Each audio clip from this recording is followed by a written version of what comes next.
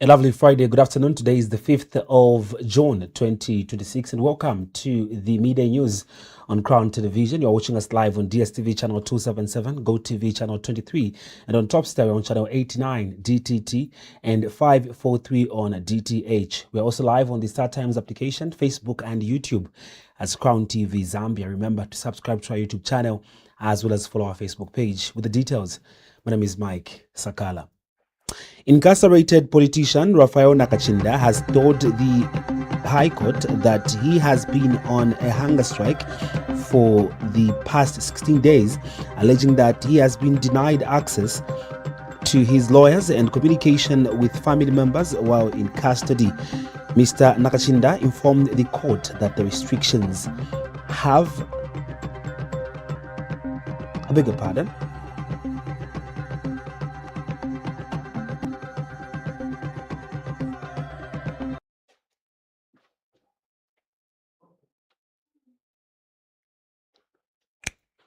Incarcerated politician Raphael Nakachinda has told the High Court that he has been on a hunger strike for the past 16 days, alleging that he has been denied access to his lawyers and communication with family members while in custody. Mr. Nakachinda informed the court that the restrictions have adversely affected his ability to attend to family responsibilities, including sending financial support and paying school fees for his children. Here's a report. Incarcerated politician Raphael Nakachinda has complained before the High Court that he has been on a hunger strike for several days, with Thursday marking the 16th day. In an exclusive interview with Crown TV, Ms. Nakachinda says he will continue fighting for his rights until they are respected. He adds that all he can say is that light should shine in darkness, seemingly an endorsement for Brian Mundwili and McCabe Zulu. Yes. The hunger strike continues until my rights are respected. 16th day. Well, the only thing I can say is that let the light shine in darkness so that we can be redeemed. During court proceedings, Ms. Nakachinda told the court that he is going through a strange experience at the correctional facility. He says he has not been allowed to communicate with his lawyers despite making applications seeking access to his phones. According to him, the situation has deeply affected both him and his family as he has been unable to make calls to send money and pay school fees for his children. Upon hearing the complaint, the court asked one of the police officers who were present in court whether he could explain the situation. However, the officer stated that he was unable to provide any explanation. The court then ordered Lusaka Central Deputy Officer to appear before court on Thursday, 5th June, to provide an explanation regarding the matter. Now, as the case was about to commence, none of the defense lawyers were present, prompting the court to adjourn the matter to Friday, June the 5th. Only 2 witnesses were present in court, and they have also been directed to attend the proceedings on the adjourned date. Kundej Sachingalesu Ngandu, reporting for Crown TV News in Lusaka.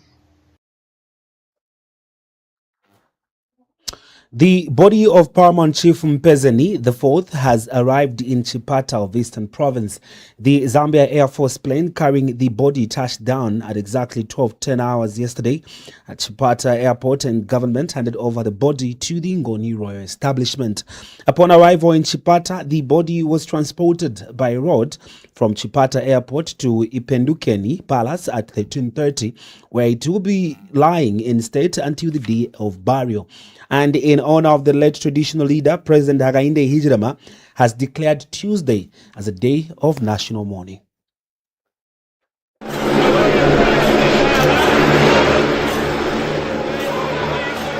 The body of Paramount Chief Mpezeni has arrived in Chipata, district of Eastern Province. The Zambia Air Force plane carrying the body touched down at exactly 12:10 hours at Chipata Airport. Government officials formally handed over the body to the Ngoni Royal Establishment. Upon arrival in Chipata, the body was transported by road from Chipata Airport to Ipenduken Palace at 13:30 hours, where it will lie in state until the day of burial. Business in the Central Business District came to a standstill as hundreds of Chipata residents and people from all walks of life lined the street to pay their last respect to a paramount who entertained and united them not only during the oral traditional ceremony but also at various other occasions. All we expect to do now is to preserve the peace that the country requires. Government says it is pleased with the unity and oneness demonstrated by Ngoni chiefs during this period of mourning. It's the leadership that you have shown when other people wanted to make nothing out of a sad development. We are so grateful for your decisive leadership. And I hope that we are learning that there is time for everything. There is time to mourn, there is time to rejoice, there is time to do politics. But when we have a bereavement like this one, it is time for us to unite together in unity and move as one family. So we are so grateful on behalf of government to your Royal Highnesses for the leadership that you have shown. And this is what is deserving for the chief that we are escorting. Meanwhile, Chief Mazimawe has urged those participating in traditional cousinship, commonly known as Chimbuya, activities to conduct themselves respectively, saying the traditional mourning size yao nimwenekazi wawe mbachitimkulu ndiye level senior chief nkula awere antile pauda kapena osati pauda antile unganeno osati mwana mtonto azatile neo unga vili malevo uyu wamwalira ni mbuya wake wachitimkulu ndiye zigao. The Catholic Church also conducted a Thanksgiving Mass at the Penduken Palace in remembrance of Paramount Chief Mpezeni. The Paramount Chief Mpezeni died on 30th May 2026 at the University Teaching Hospital in Lusaka. The burial of Paramount Chief Mpezeni is scheduled to take place on Tuesday, 9th June 2026 at the Royal Resting Grounds in Feni Village of Chipata. Born David Jere, he was installed as Paramount Chief Mpezeni in 1982 and served the people for more than 4 decades. For Crown TV News, Sambo David, Chipata, Eastern Province. Republican President Hakainde Hichilema yesterday signed into law 5 bills aimed at strengthening the education sector and improving pension benefits for workers and retirees across the country. The 5 laws include the Education Amendment Act 2026, the National Pension Scheme Act 2026, the Public Service Pensions Act 2026, the Pension Scheme Regulation Amendment Act of 2026, and the Local Authorities Superannuation Act of 2026. The signing of the Education Amendment Act entrenches the government's free education policy, which has seen about 2.6 million children return to school since its introduction in January of 2022. Here's a report.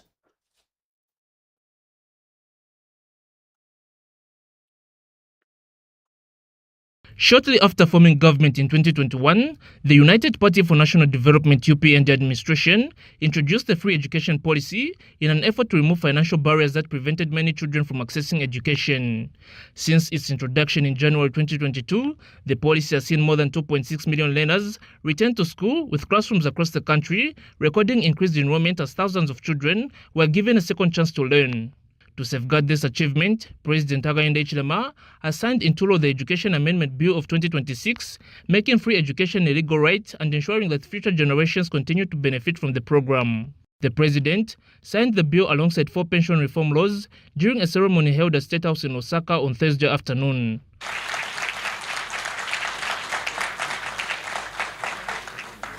Speaking during the signing ceremony, President Hichilema warned that no future government should be allowed to reverse the gains made under the free education policy, describing education as the country's most important investment. So free education was a policy of this party from opposition for 23 years, consistently. And when we had the opportunity to occupy public office, we said, this is it. Once we introduced it, we realized that someone may come after us and see things differently.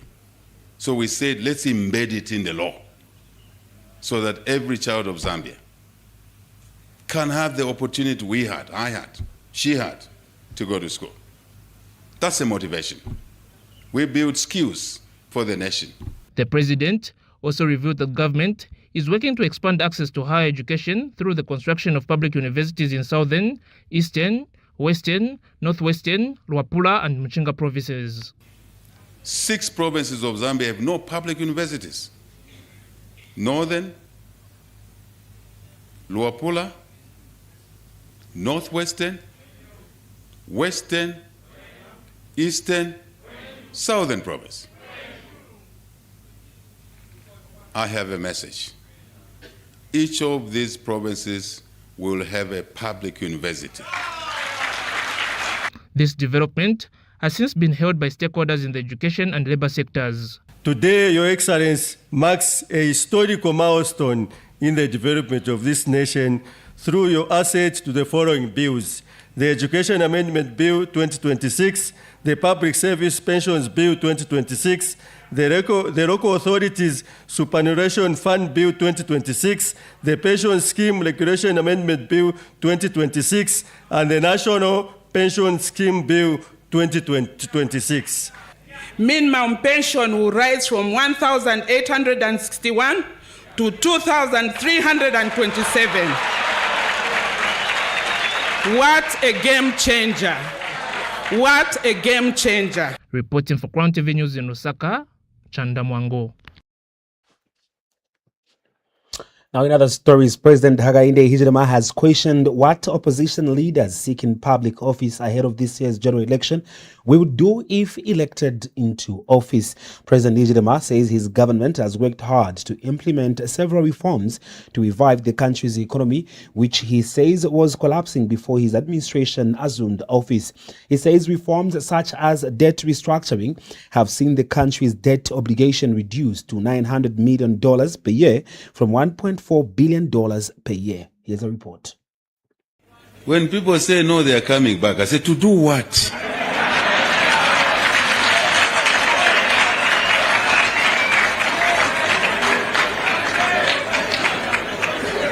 To occasion more damage so we can spend 3 years working on the debt restructuring again? The little things we've done in these 4 years and 9 months, we spent 3 years on debt restructuring. Imagine if we came in after the balance sheet was cleaned up in 2011. Today, this country would have been a totally different place. We lost 10 years after 2011. Totally lost it. And now the colleagues want to come back. To do what?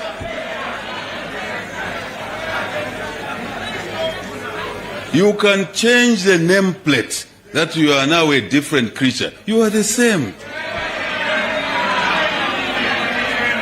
You can change the name. You can change the t-shirt color. You are the same. This is not a joke. I'm serious. My heart bleeds. I hope your heart bleeds. It's scary. The Media Initiative for Women in Zambia, MIWOZ, says the proposed public gathering bill of 2026 must protect constitutional rights and not become a tool to shrink civic space. Speaking during the stakeholders' engagement on the bill, the Constitutional Amendment Act No. 13 of 2025 and the Electoral Amendment Act No. 12 of 2026, board member Mary Banda said the new law replacing the 1955 Public Order Act could either strengthen democracy or restrict it, depending on how it is applied. Ms. Banda said the bill defines a public gathering as 7 or more persons and introduces notification procedures for certain events. The Media Initiative for Women in Zambia, MIWOZ, has called for safeguards in the proposed public gathering bill of 2026, warning that the law must protect constitutional rights instead of becoming a tool to close civic space. Board member Mary Banda made the call during the stakeholders' engagement on the bill, the Constitutional Amendment Act No. 13 of 2025 and the Electoral Amendment Act No. 12 of 2026. She said the new bill, which seeks to replace the 1955 Public Order Act, stands at a crossroads for Zambia's democracy. She stressed that the right to peaceful assembly is not a favor from government, but a constitutional and human right. While the government urges that the bill seeks to balance public order, constitutional freedoms, many citizens, civil society organizations, and governance experts have expressed concerns about possible abuse or selective application of this should it be passed into law. History teaches us that laws governing public assemblies can either strengthen democracy or restrict democratic participation, depending on how they are implemented. And Ms. Banda said the Media Initiative for Women in Zambia Mihos is alarmed by the growing trend of rights violation targeting people who speak out online and offline. She cautioned that selective enforcement of the public gathering bill would undo the very freedoms the Constitution and new electoral reforms are meant to expand. Ms. Banda welcomed provision in the Constitutional Amendment Act No. 13 and Electoral Amendment No. 12 that they are meant to boost participation by women, youths, and persons with disabilities. And it makes a sad reading that we have a growing trend in these violations, including online platforms. This is with regard to the rights to participate and free expression. The recent enactment of bills into law, such as the Constitution Amendment Act No. 13 and the Electoral Process Act No. 12, are laws that encourage participation of women, youths, and people living with disabilities. However, we note with great concern the unfair practice where some political parties did not even adopt a single woman in certain provinces. And Media Initiative for Women in Zambia Miho's Executive Director Helen Mwale added that the public gathering bill in its current form is not okay and said there is urgent need to educate citizens who may not understand its implications. So with the passing of Act Bill number 7 into law, which is Act number 13 now, there are very, very few people. For example, we are having engagement during the week, over the weekend, in different districts here in Lusaka, where people are even asking to say, so nangayamene yo Act number 13 is ikamba bwanji kuti bazimai. You know, people don't even understand proportional representation. They don't even know that in Act number 13, bazimai banawapa sampata to participate in these governance processes, where the law is providing for 20 spaces for women, 15 spaces for the youths, and 5 spaces for people living with disability. And when we talk to them about those issues, they are saying that kulibeana ti uzakwesi, kulibe ndimwe wa first mwati uzako, city viziwa vamine mukambapo, and things like that. So as Media Initiative for Women in Zambia, we've said, no. I think let's embark on this very important program to sensitize the masses, to educate the masses on what this is all about. Jesuit for Theological Reflection, JCTR Deputy Director Father Boyd Nyirenda also weighed in. He said the bill should not stand as drafted because, in his view, it puts opposition political parties at a disadvantage. Well, if the law that notifying the police even during campaign is really effected, it may disadvantage some of the political candidates because, as we well know, that despite the change from getting a police permit to gather to notifying the police, that semantics doesn't change. With the 2026 elections approaching, the stakeholders agreed how Zambia handles public gathering will test whether new laws deliver real inclusion or just symbolic change. Anton Chomba, Crown TV News, Lusaka. Well, thank you so much, Anthony, for that report. But for now, let's go on a short break. When we come back, we'll be taking a look at sports news. Stay tuned.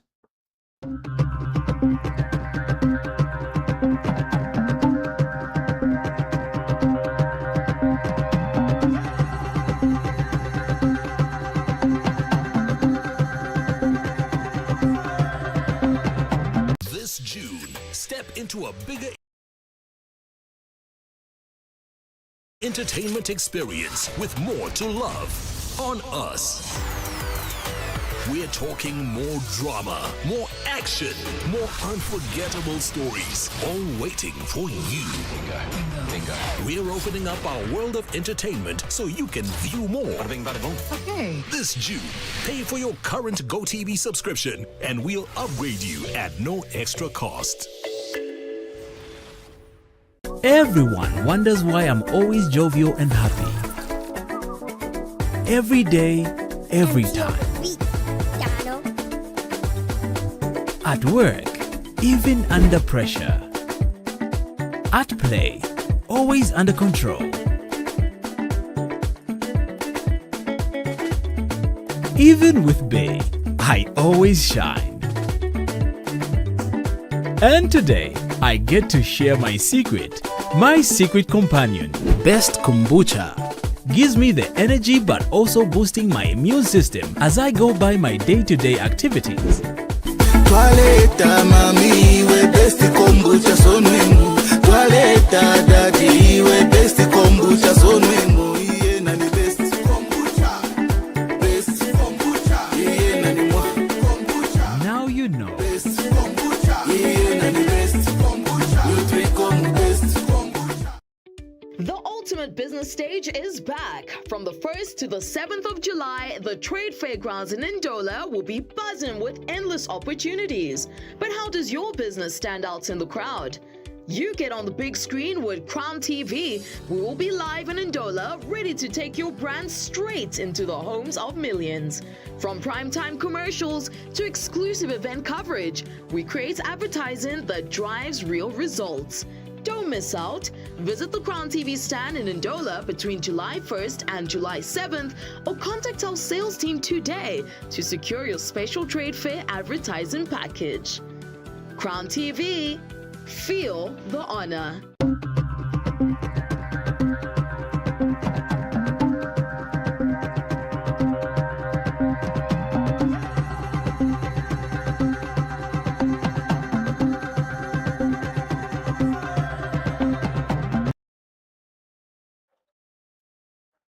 Welcome back and thank you so much for still staying with us. Time now for sports news.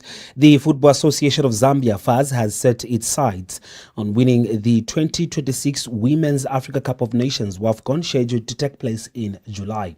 FAZ General Secretary Charles Chakatazia says the association's ultimate ambition is to see the Copper Queens lift the continental crown, having previously reached the final of the competition. Speaking in an interview in Lusaka, Chakatazia expressed confidence in the team's preparations ahead of the tournament. He also declared Zambia's readiness to host a four-nation tournament this weekend, where the Copper Queens will begin their campaign against Kenya.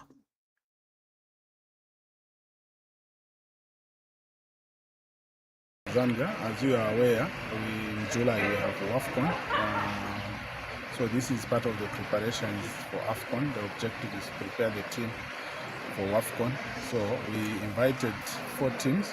Initially we had the Football Association of Zambia had thought of playing Burkina Faso, but they pulled out after some time. Then we had to engage Lesotho, who came on board to make sure that we have all the 4 nations that have come.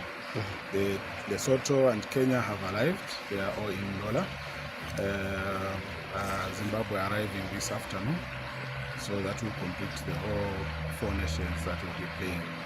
And this starts on Saturday at 12:30.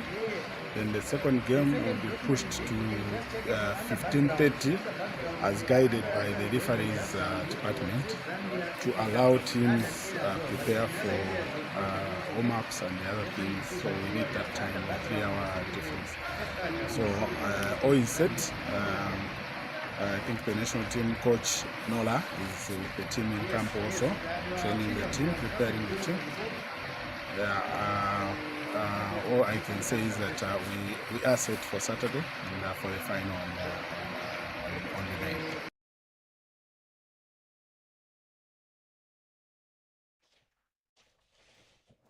And that is the end of the midday news. Thank you so much for watching. On behalf of the entire newsroom and the rest of the production crew, my name is Mike Sakala. Good afternoon and continue watching Crown Television.